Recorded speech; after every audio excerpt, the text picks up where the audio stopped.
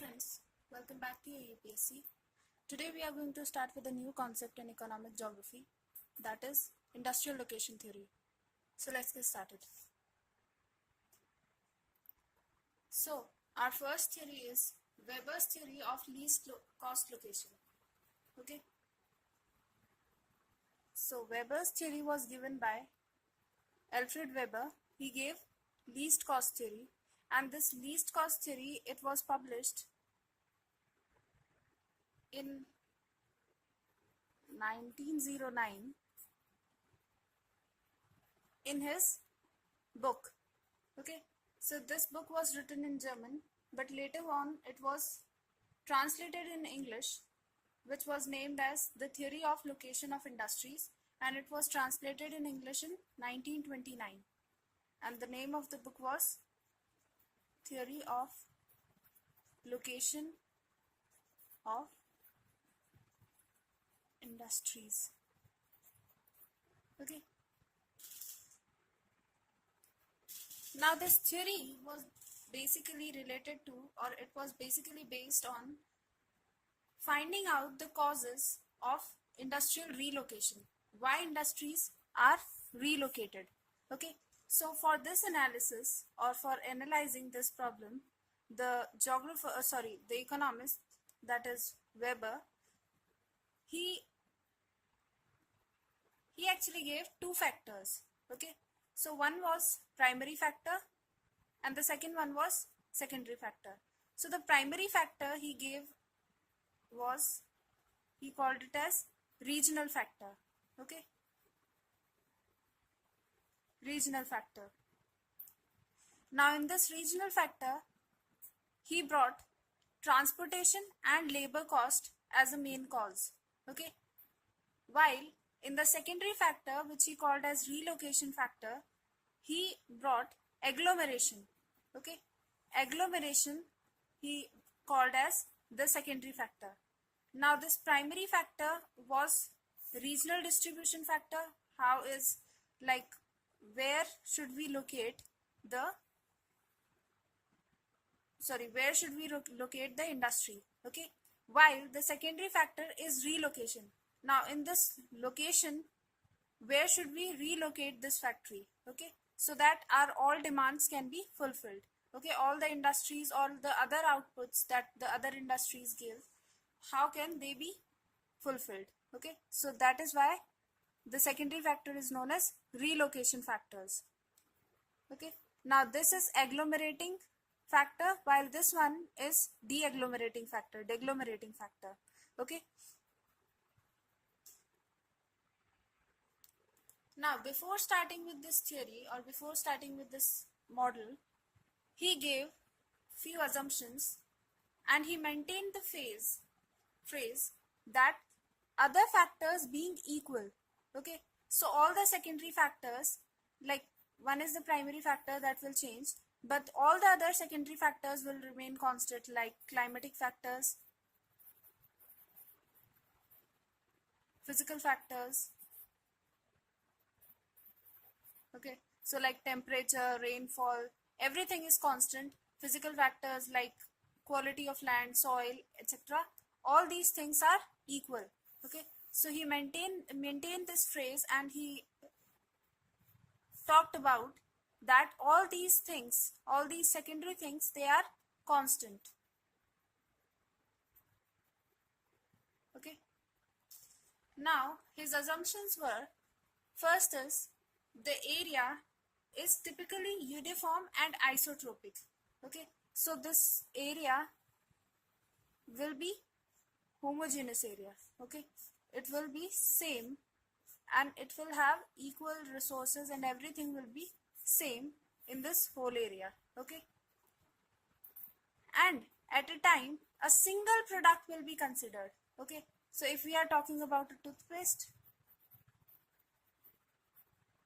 so everywhere we will just consider toothpaste. Okay, only a single product, that is toothpaste, will be considered for a time being. Okay, and this product will be dispatched to a single market.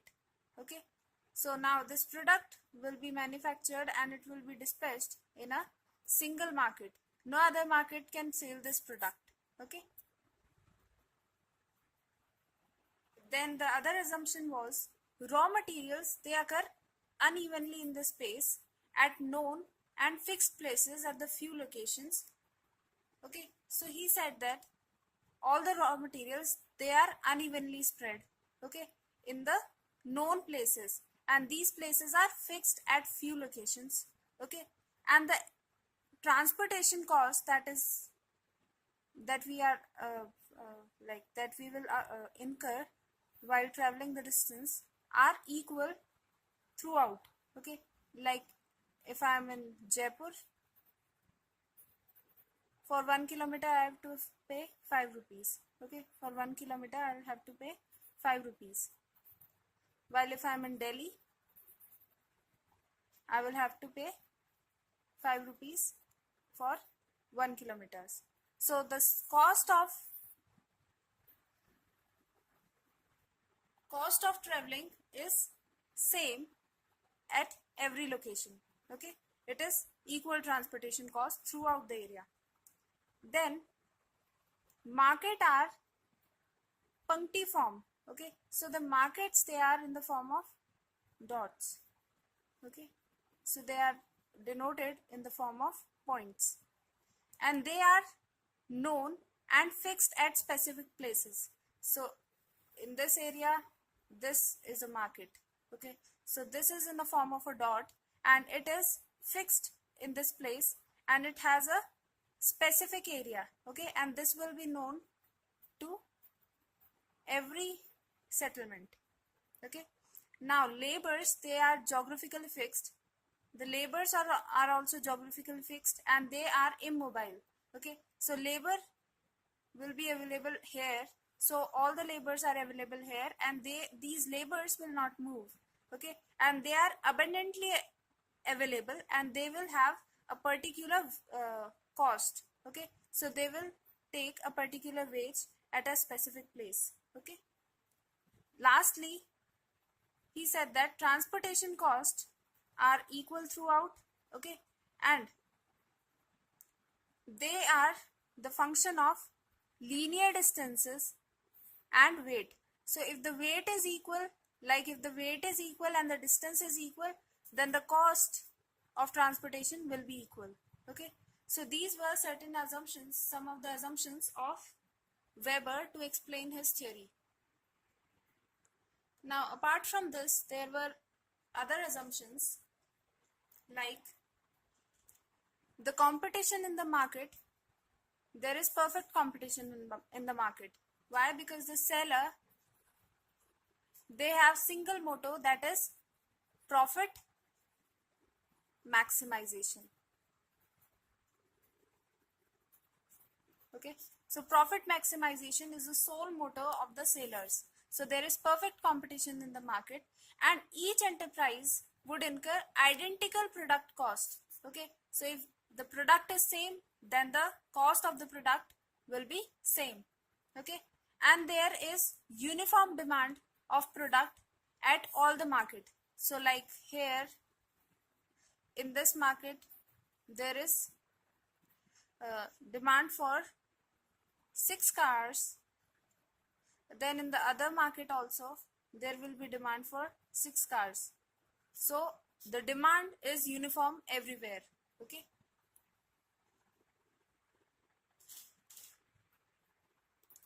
so these were some of the assumptions that Weber gave before explaining his theory. Now talking about his theory, Weber said that the materials, they can be classified on the terms of or on the basis of their weight, availability and their relative importance in processing of product. Okay, so according to their weight, how much the product weighs and how much product is available and its relative importance in processing of product. Now like how much important this product is for the processing of the product. Okay, so these things, on the basis of these things, we can classify material. So he introduced some of the important concept, or we can say he gave some materials, or he classified some materials on the basis of these things. First one is ubiquities. Ubiquities are the materials that are available everywhere. Like we have water, we have land. Okay, so they are available everywhere despite of where we are. Okay, now localized material. Localized material, they are available unevenly and they are available at the fixed point, like he assumed earlier. So they are available at the fixed spots, and these fixed spots, they are known. Now these localized material, then they can be of two types. First is pure material and another one is gross material. Now pure material is the one which does not loses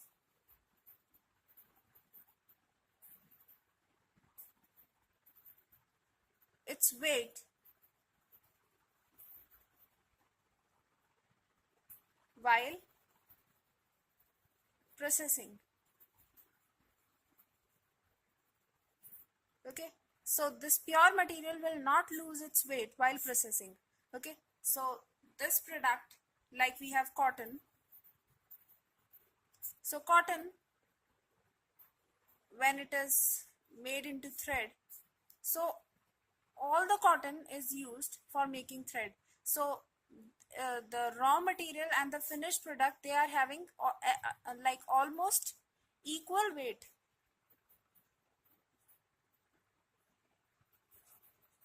Okay, but the gross material is the one which loses weight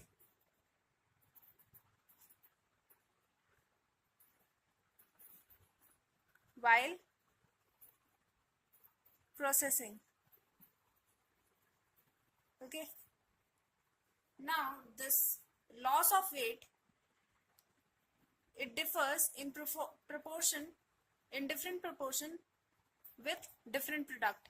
Like X material will lose less weight while Y material will lose more weight. Like for example, we have sugar beets. Sugar beets as a raw material, it loses up to 7:8 ratio in the processing of sugar. Okay, so 7/8, we can say 7/8 ratio is lost while processing. So this is quite a high quantity. Okay, so this is weight losing material and this is pure material. Now these were the materials. Now if we talk about manufacturing, it always involves three steps. First is assembling, that is collection of raw material, labor, energy and everything.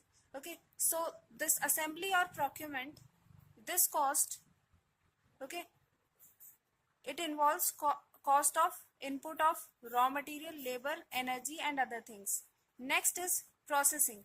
Processing, it involves like forming of raw material or forming of finished product from the raw material. Okay, so from the raw material we are making finished product. So processing cost, it involves processing of raw material into finished product. Lastly, we have marketing or distribution cost. Marketing or distribution cost is of like the finished product when it is sold to the market. Okay, so when it is taken to the market, so like packaging and other things of the finishing product or the finished product, the finishing of the product is done and this cost is occurred in the marketing and distribution as a marketing and distribution cost. Okay, lastly, along with these three, we have transportation cost as well, which is used for bringing raw material from other area to the industry, then from industry taking the food product for marketing, for market area. Okay, so all these things, they involve transportation cost as well. So these are the three steps of manufacturing and we have 4 areas where we incur cost. Okay, now there is a material index. Material index is basically an index where we can see where to locate our industry. Okay, so where to locate our industry, we can say this industry can be located near the source of raw material or near the market. Okay, so for deciding this, we have material index. So material index is calculated as weight of localized material at processing, and that is upon weight of finished product. Like I have 100 kg of sugar beets. Now this finished product, it weighs only 20 kgs. Okay, so I will have 5 as a material index. Now when this material index, it is below 1,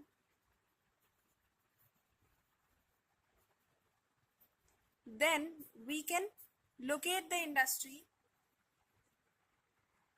near the market site. Okay,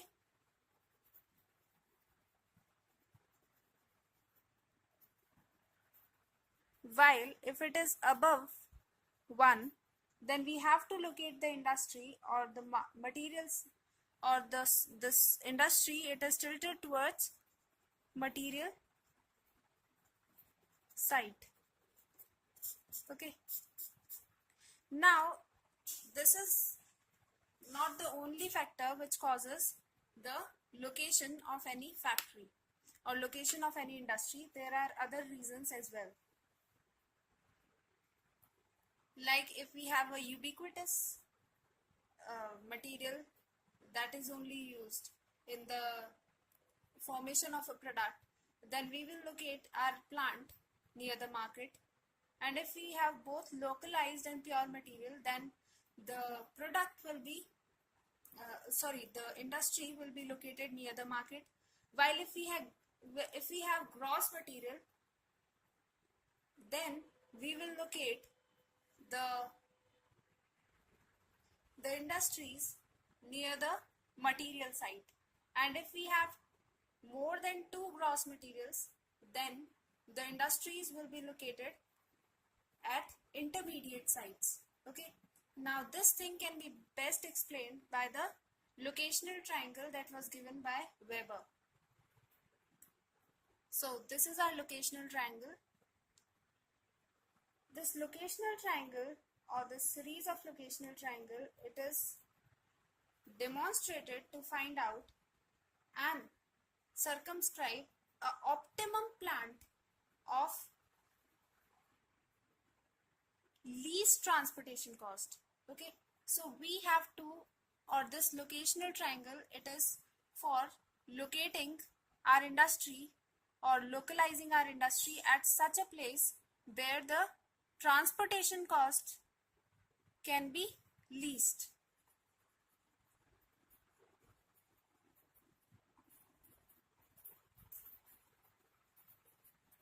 Okay, so here we will have least transportation cost. Now if we take the case of one raw material, first is the case of one raw material. So there can be 2 cases. First is the raw material is pure, and other is the raw material is gross. Okay, and the other case will be it is ubiquitous, and this is localized. Okay. So in ubiquitous, we will obviously locate our industry near market. In pure material also, because the transportation cost of the finished product or the raw material will be same, so we can locate our industry or we will locate our industry near the market. But when it comes to the case of gross material, we will locate our industry near the source of raw material.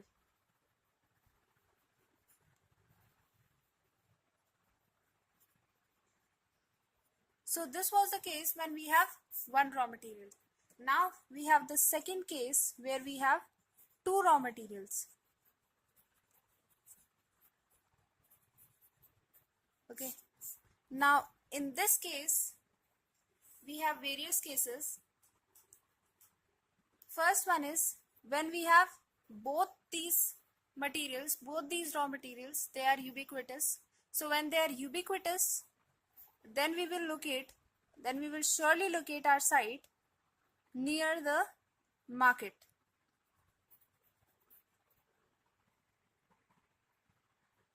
Now, if the second case is, are both the materials, they are pure.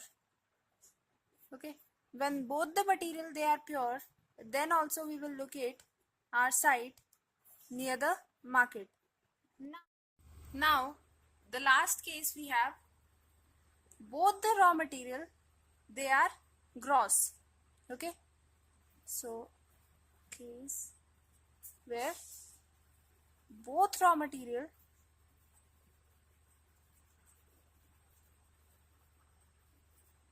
are gross. Okay, so now we will see that we can locate our industry near the market site.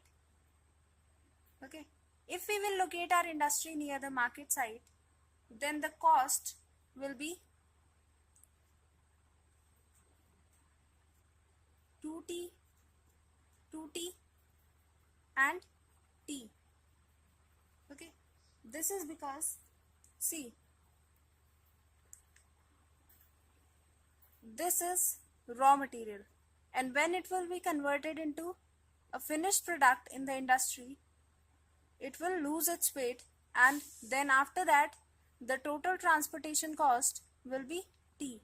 So here the total transportation cost that we will incur is 5T.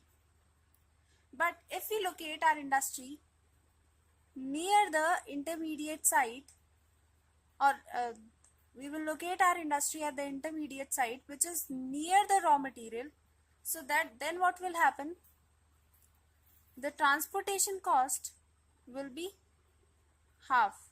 Okay, half of this one. Okay, so it will be TT. Okay, because the distance traveled will be less.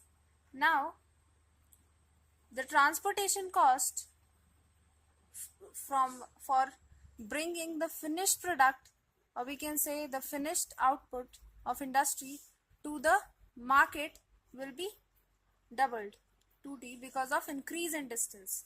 Okay, so now the cost incurred will be 2T, that is from industry to the market, plus T plus T, that is from raw material source to the industry.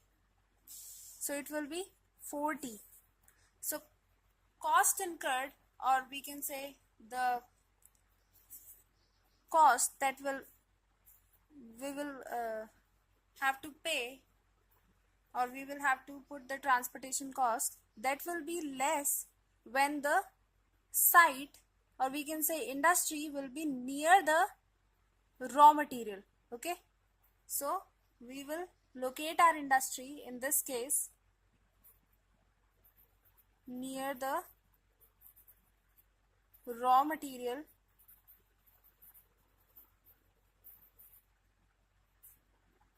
and intermediate site. That means the distance between both the raw materials will be same.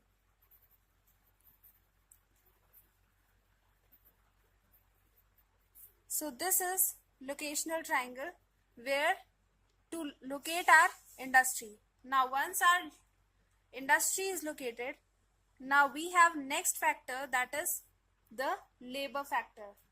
Now Weber, he considered the role of labor more than the role of transportation. Okay, so he always said that he always gave greater role to the labor cost in relocation of industry. Okay, and this, because of labor cost, we can locate our industry away from the area of least transportation cost. Okay, so away from the area of least transportation cost, we can locate our industry because of, or because to have least or less labor cost. Okay, because he always considered that the industries which the losses that the industry will incur because of moving away from the transportation cost will be saved by having least or less labor cost. Okay, because labor cost is having greater role, as for moving labor from its like permanent site to the industry, it will also require some transportation. Okay, so this will be additional transportation cost if we will locate our industry in the area where we will have least transportation cost. Okay, so we will relocate our industry to the area where we will have least labor cost. Okay, now for this he tried to minimize the both the things. Okay, so that or he tried to consider both the thing, that is transportation cost and labor cost. Okay, so both these things, that is transportation cost and labor cost, they were, this problem or this case was resolved by Weber by using the isodopane technique. Okay, so we have this isodopane technique. So in this isodopane technique, we will see that here we will have transportation cost. Okay, and here we will have labor cost. Okay, so now this is labor cost and this is transportation cost. Now the area joining this labor cost and transportation cost is the isodopane line. So likewise various isodopane line will be created. Now we have a concept of critical isodopane. Critical isodopane is an isodopane where if we increase the transportation cost, okay, till here, till critical isodopane, if we increase the transportation cost, the cost will be balanced by decrease in labor movement. Okay, or cost will be saved by labor movement. But after critical isodopane, we will not have any sort of profit. Okay, so if this is the critical isodopane line, if we locate our industry to minimize more wages or minimize the transportation cost of labors, then we will not have any profit. Okay, so this is our critical isodopane line, and if we move away from the critical isodopane line, then we will incur losses. Okay, now till critical isodopane line, as I have already explained, till critical isodopane line, the cost which we incur by giving more transportation cost, okay, more transportation cost will be balanced by saving in transportation cost of labors. Okay, labor transportation cost. Okay, so this is how we can manage the transportation cost and labor cost by the help of isodopane technique. Now we will understand this isodopane technique in depth. Now before understanding this isodopane, we will have to understand isotime. Isotime is actually the cost of one product. Okay, so this is the cost of one product. Like we have market, this is our market cost. So till here we will have 5 rupees, transportation of 5 rupees. Then here we will have transportation of 10 rupees. That is the from market we have finished product that is moving towards the settlement area.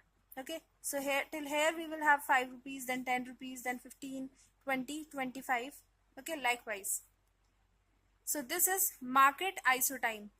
Now raw material, when it is moved from raw material side to market, then we have raw material isotime, which is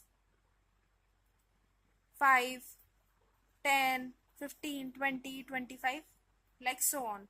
Okay, so here we will have this raw material isotime. So isotime will show us the cost of one product, like either the raw material or the finished product in this case. Okay, now isodopane is the line, this is the isodopane line, where it will show, or the area showing the same total cost. Okay, same total cost. Like here we will have 25 plus 5, that is 30. Here we will have 20 plus 10, that is also 30. 30, 15 plus 15, 30, 30, 30. So here we will have similar total cost. Okay, so similar total cost at a particular point. Okay, the line joining the similar total cost will be our isodopane line, and it includes both the cost of finished product as well as the cost of raw material. So it will include both the A commodity as well as cost of the B commodity. Okay, so this is our isodopane line, and isodopane line can help us in solving the problem of this raw material market issue, transportation and labor cost issue, etc. Okay, so this is our isodopane and this is our labor factor cost. Now after this, the last thing that he gave is economics of agglomeration. Now agglomeration is an area where the industries, the boundaries of industries, they overlap. Okay, so the served area, it will overlap. Now the agglomerated area will be the one where we will have, like if these are bicycle industry, okay, these are other transportation industry. Okay, so likewise, so agglomerated area will be the one which will supply its product to all these areas. Like here we will have the industries which will provide us some of the raw materials like screws, okay, iron, etc. So here we will have the major source for these industries. So here we will have area of agglomeration. Now this area of agglomeration was considered as a secondary factor, that is the factor of relocation of industries by the Weber. Now agglomeration, it occurs as a number of industries and enterprises with different plants, okay, different industrial plants. They actually would mutually conquer to the area. Okay, like this is our area where we have iron industry. Okay, this is our rubber industry. Okay, this is our petrol refinery. Then we have glass industry. So all these industry will come together and they will form a cluster, and here we will have the cluster. So here will be the region of automobile manufacturing. Okay, so all the raw materials, we can say, will be provided by these industries, and here we will have automobile sector where automobile will be manufactured. So the area of agglomeration, it is very economically very beneficial. Okay, now this was about the theory of Weber for least cost location of industries. Okay, now if we talk about merit, this concept, because it talked about various costs like labor cost, transportation cost, so everything we can relate it with our realistic, or we can relate it with our day-to-day life. So it was very realistic concept, and there was a possible deviation from location. Okay, so possible deviation from location, why industries they relocate themselves. Okay, so this possible relocation of industries, it was shown, and it also showed various possible ways so that we can find out least cost, or we can locate our industry where we can have, or we can incur least cost. Okay, so at the least cost we can have maximum profit. So these are the merits, but with these merits this theory has certain demerits. Like first is all these assumptions, that is the uniform area, okay, the single product, and the market distribution. So all these assumptions, they are not possible in the real life. Okay, so all these assumptions have been questioned, and because we have studied like isodopane, isotime, agglomeration, all these are very complex terms, so they are not easily understood by everybody.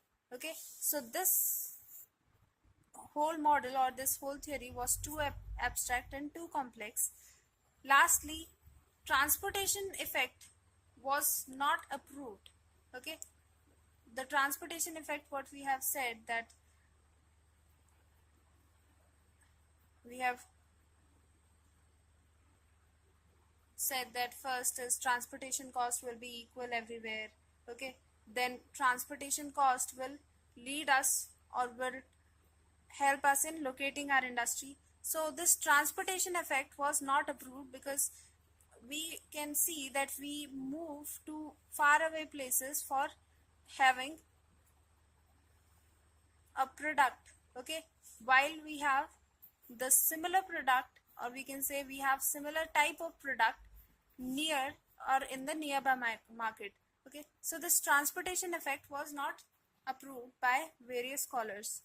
Now for after this, for a period of time, this theory was criticized, but later on we can see Smith, that is Wilfred Smith, he actually tested the formulation of Weber's theory. Okay, now after testing and after using the Weber's theory, he gave spatial margins of profitability. Okay, this is a very short theory. Here he said that this graph, as we can see, this is the line of profit. Okay, so this is cost and this is our location. Now after this range, if we increase our cost, or if we move away from the area, okay, our cost will increase, and this increase in cost will not be fulfilled, or will not be sufficed by the revenue that we will get, and this area, or this, after this location, we will incur losses. While if we remain in this area till this threshold, we will have profit, because the revenue will suffice our expenditure, because revenue will be more than expenditure. Okay, and beyond this revenue will be less than expenditure. That is why we will face losses. Now this, if we like mark it here, then we will say that this area is the area of optimum location of industry, and these are the margins of profitability. So within this area, if we locate our industry, then we will be in profit, while if we move beyond this area, okay, then we will incur losses. So this was a simple concept of spatial marginal profitability. Okay, so here we complete our Weber's theory. So that was all for today, guys. I hope you enjoyed today's lecture. Let's meet in our next class. Till then, take care and have a nice day. Thank you.